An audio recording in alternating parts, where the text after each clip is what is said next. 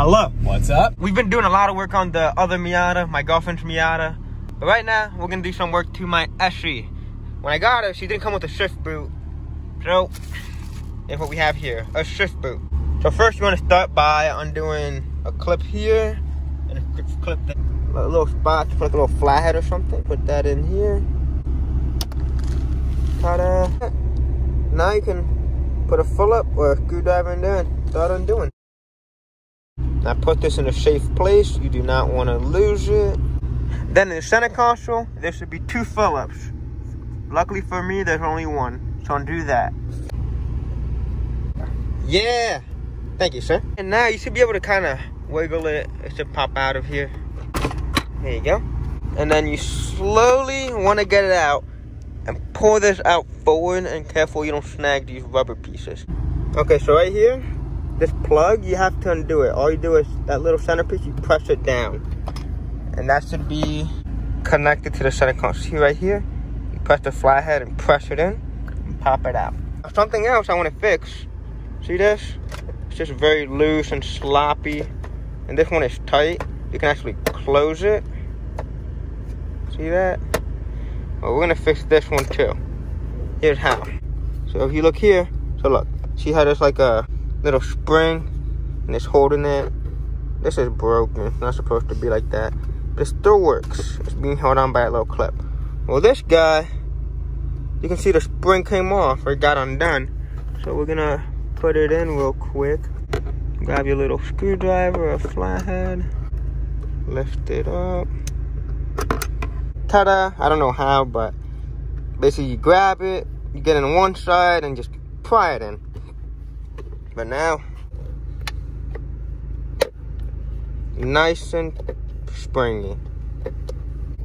Hell yeah. Okay, next is the shift boot.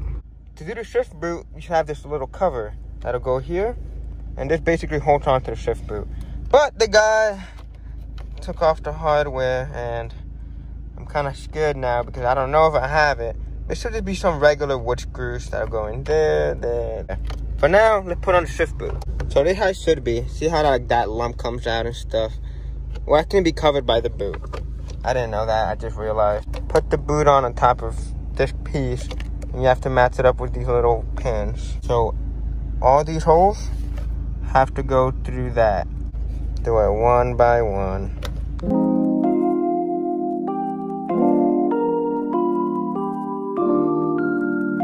Okay, she is on, but I found a problem. So all sides have 3 for an NB Miata, and then the back of them have 2. But look at this. These were broken. This one is completely missing, and this one is just about to rip off. I hope it doesn't come out. But the rest of the sides went in fine. So now you gotta find some screws that'll fit on this. Other than that, it's gonna look pretty fire. Bam. So I got random screws. They fit. Now the boot is held on. And then this clip holds up nice. Now I'm gonna start putting it back together. So undo your shift knob. I grabbed some microfiber towels, wrapped it, and I twisted the hell out of it. And it finally came off. This thing was tight as, but here you go. It didn't break or anything. Oh my God, was that a nightmare? Now we can put this bad mama jamba on. Now you gotta be careful putting it all back in. Put in the back first. I want these to go in nice and smoothly. And put the shifter in neutral. This is good. Look at that. Nice and tight. All good. And this boy. Jesus Christ, this knob is massive. Look at the size of this thing. What in the world? Alright. Dude, that has got to be the most complicated work you ever done. Like, what the? I mean, it's fine, I guess. I mean, I guess it's not bad. Hello, many days later. I'm going to be redoing this because this got loose again. And I'm not happy with how it turned out. But the shift boot, I don't mind it anymore. I know it's kind of huge and it looks kind of shrunk, but it's not bad. It's not too bad when you're shifting. Doesn't look terrible. I can live with it.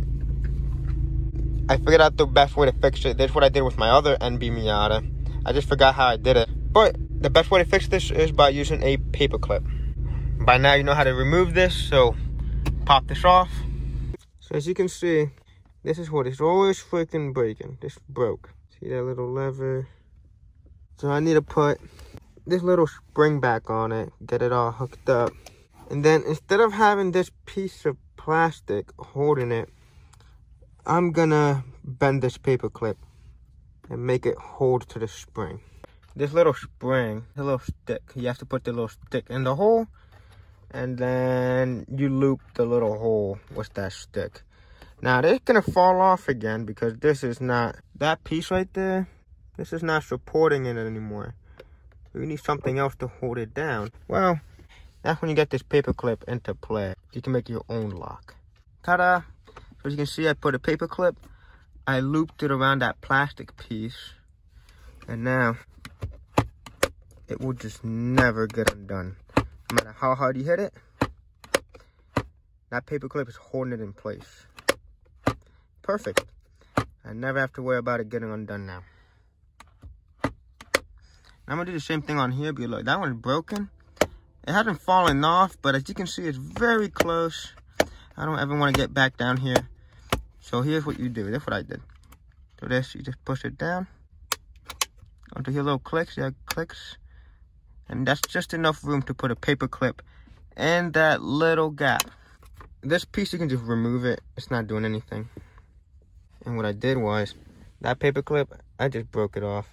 Now I can use this to loop it in there and twist it. That little head, put that there, until it clicks in, twist it and get it like tight on there. You basically tighten it so it just never gets undone. And there you go. It's basically like a little lock ring or something. So now, see how it's moving the bottom? So it just doesn't fall out. Do not worry about that. This side is also perfect. It's just something I never have to worry about. And now, just reverse process. Ta-da, here's the end result. So shifter's nice, it looks cool, looks pretty clean, feels smooth. And then the cup holders, nice and snappy. And I don't have to worry about them coming off because they are secured on there. Yeah, there you go, that's how you do it. And that's also how you throw this shift boot. Hope you guys enjoyed it. Hello, today we're fixing my girlfriend's Miata. It has a leak right there on the cat. We gotta fix it. We got PB blasted. We're gonna blast the nuts and bolts to make sure they can get loosened up. Oh my god, that looks horrible. Alright, so we got gasket maker, a new gasket for this cat, and there's the cat. So we're gonna connect it. We're gonna put this gasket maker all over this gasket. And we got some new hardware. This is probably gonna snap in a few months, but it'll hold up for now. The reason it fails inspection is because there's a leak. And yeah, it was leaking because one of the bolts were not tightened. And it just wasn't right. So we're gonna make it right. You probably can't see nothing. Yes, I put some duct tape, but I already put the gasket maker on it, and it barely leaked. It had a little pinhole somewhere there. I put a piece of duct tape just so I don't have to smell the gas and stuff. That's very good, very clean. It sounds way quieter now, like so much nicer. It has a boiler muffler and no resonator. Hello, many days later, my girlfriend's Miata sounds really clean. We fixed that leak. You probably won't be able to see it much, but we put a new gasket on it, put RTV, and put some duct tape because there's a small little pinhole. But here's how she sounds.